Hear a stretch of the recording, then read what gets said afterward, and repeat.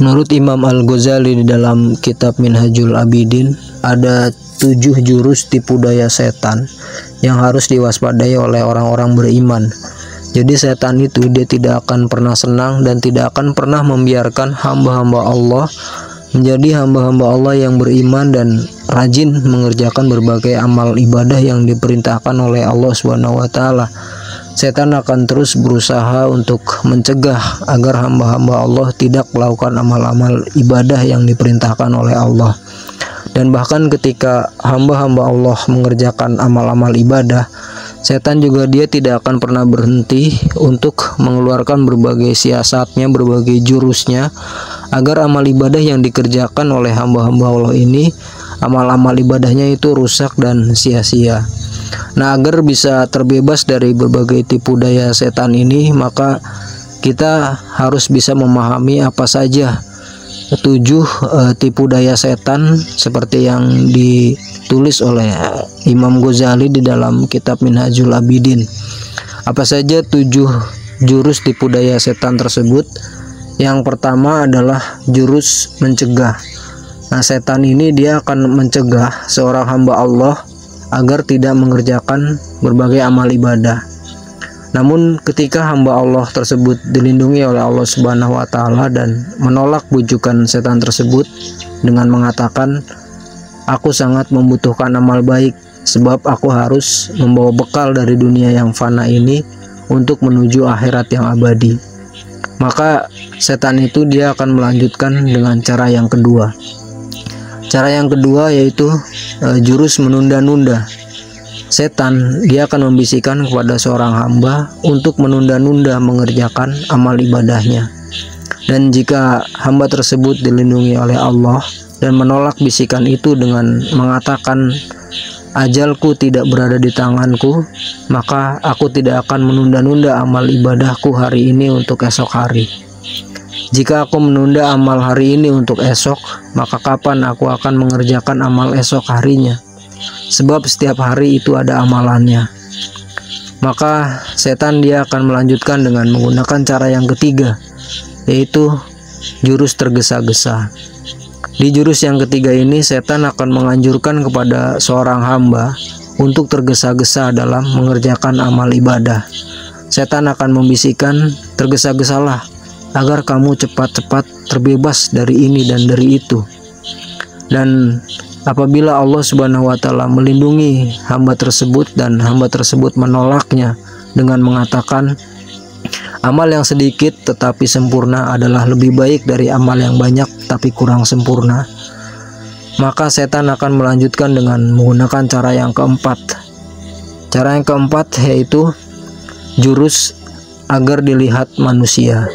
Jadi di jurus yang keempat ini, setan akan membisikkan kepada seorang hamba untuk mengerjakan ibadahnya sebagus mungkin agar orang-orang tahu bahwa ia merupakan seorang ahli ibadah.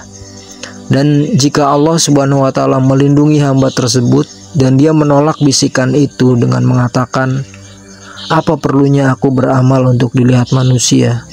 Cukup bagiku penglihatan Allah taala." Maka setan dia akan melanjutkan dengan menggunakan cara yang kelima. Cara yang kelima atau jurus yang kelima yaitu jurus mengagumi amal sendiri. Di jurus yang kelima ini, setan ingin menjerumuskan seorang hamba pada perbuatan ujub, yaitu mengagumi amal sendiri. Setan akan membisikkan kepada hamba dengan mengatakan, "Betapa hebatnya kamu dan betapa bersemangatnya kamu dalam beramal ibadah." Dan jika Allah Ta'ala melindungi hamba tersebut yang kemudian menolak pujian itu dan dia mengatakan, "Anugerah itu milik Allah yang diberikan kepadaku. Dialah yang menentukannya kepadaku dengan taufiknya dan menjadikan amalku memiliki nilai yang besar. Kalau bukan karena anugerahnya Allah Subhanahu wa taala, maka apalah nilai amal ini di samping nikmat Allah Ta'ala yang telah diberikan kepadaku, juga di samping kedurhakaanku kepadanya." Maka saat itulah setan pun dia akan melanjutkan dengan menggunakan jurusnya yang keenam, yaitu jurus riya. Jurus ini merupakan cara yang paling dasar yang tidak banyak diketahui oleh orang kecuali yang memiliki hikmah. Di jurus yang keenam ini, setan akan membisikkan kepada seorang hamba dengan mengatakan, bersungguh-sungguhlah kamu beramal ibadah dengan rahasia, karena Allah yang menampakkan ibadah dan ketaatanmu itu ke masyarakat, dan itu akan membuatmu dikenal banyak orang. Setan mengatakan demikian agar seorang hamba itu merasa ria dalam dirinya. Dan jika Allah Ta'ala melindungi hamba itu dan dia menolak tipu daya setan dengan mengatakan, hai makhluk terlaknat, sampai saat ini kamu telah mendatangi aku dari berbagai sisi yang akan merusak amalku. Sekarang kamu mendatangi aku dari sisi yang sepertinya baik padahal bermaksud merusak. Aku ini hanyalah hamba Allah dan dia adalah majikanku. Jika berkehendak, dia akan menjadikanku sebagai orang yang terpandang atau seorang yang hina. Itu bergantung kepadanya semata. Aku tidak peduli apakah hal itu ditampakkan pada manusia atau tidak ditampakkan, sebab tidak ada kekuasaan apa-apa di tangan mereka. Dan setan pun dia akan melanjutkan dengan menggunakan cara yang terakhir, yaitu cara yang ketujuh, yaitu setan akan menggunakan jurus sia-sia beramal. Setan dia akan membisikkan kepada hamba-hamba Allah yang sedang melakukan amal soleh dengan mengatakan, wahai manusia, janganlah kamu menyusahkan diri dengan melakukan amal ibadah seperti itu. Sebab jika Allah telah menetapkan kamu sebagai orang yang bahagia di alam akhirat kelak, maka kamu meninggalkan ibadah pun tidak berpengaruh apa-apa. Kamu tetap akan menjadi orang yang bahagia.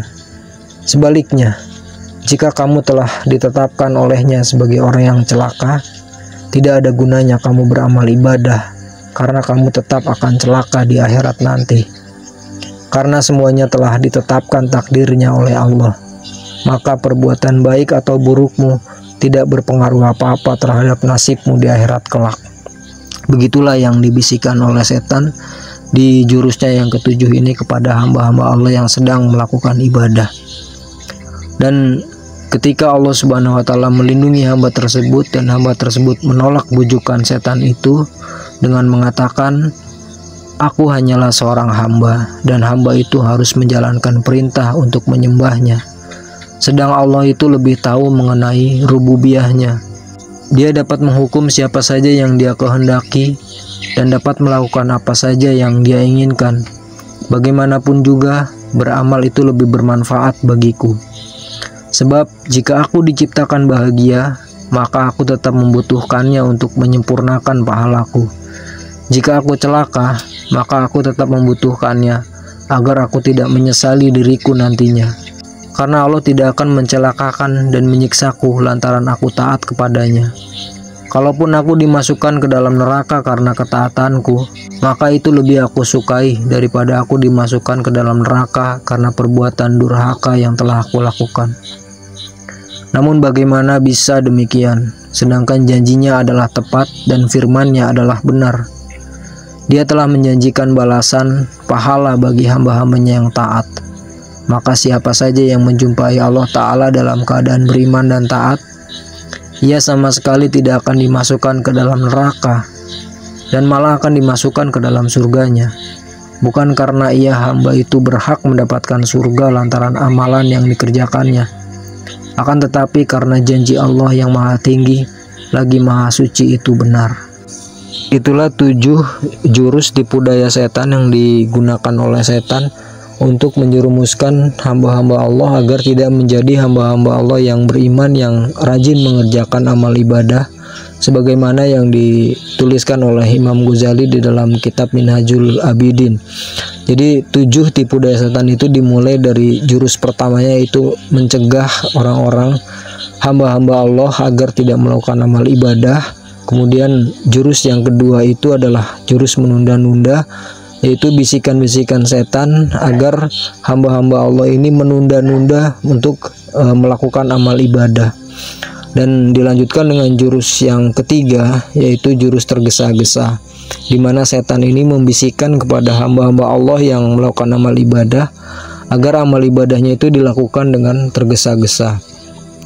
Dan ketika jurus yang ketiga ini gagal, maka setan akan melancarkan jurus yang keempat, yaitu jurus agar dilihat orang, di mana di sini setan akan membisikkan kepada hamba-hamba Allah agar mengerjakan ibadah itu sebaik mungkin supaya dia dinilai oleh orang lain sebagai seorang ahli ibadah.